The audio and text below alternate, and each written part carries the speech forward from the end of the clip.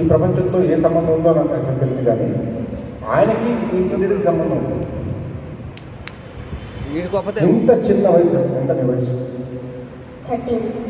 13 ఏళ్ల వయసులో నా దైవం సంబంధించిన పాట పాడే ప్రయత్నం చేసి విజయవంతం అయ్యాడంటే గొప్ప విషయం. ఉన్న నలుగురు బలంగా చెప్పడం కొడుతూ బలం ఉంటుంది.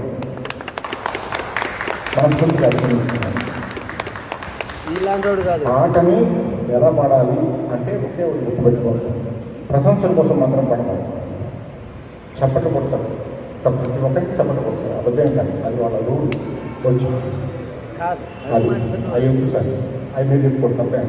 కానీ ఒకటి మాత్రం సత్యం, పాడిన పాట మీకు నచ్చిందా? నేను అలా పాడాలని మీకు అనిపించిందా?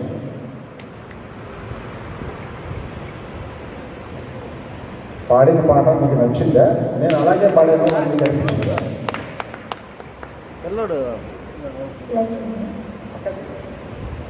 కొంచెం గొంతు బాగాలేదు.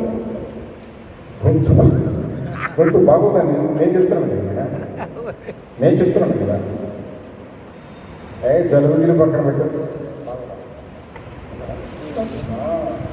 ఇలా ఘంటసాల గారికి దాదాపుగా ఒక 5-6 మంది బిడ్డలు ఉండొచ్చు. వాళ్ళలో ఘంటసాల రత్నకుమార్, ఘంటసాల విజయ్ కుమార్ బాగా తెలుసుకున్నారు. వాళ్ళు కూడా పాడలేదు ఘంటసాల గారి పాట. ఆ పరంపరను కొనసాగించడానికి ఏం పేరు? డాక్టర్ అజిత్.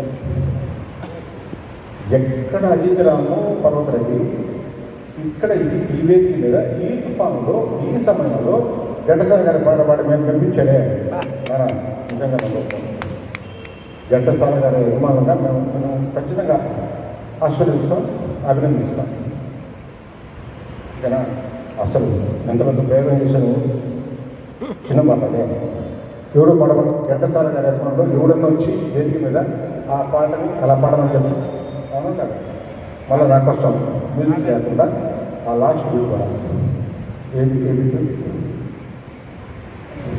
కాదు. శరీరం శిల్పాలే చివరి చివరి రాజు లేకపోయింది.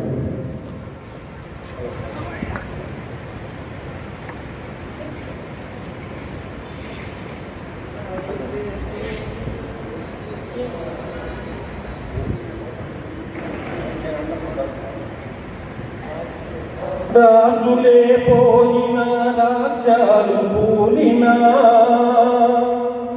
కాలాలు మారిన గాడ్పులే వీచిన, మనుజులే నంజులై మట్టి పాల్చే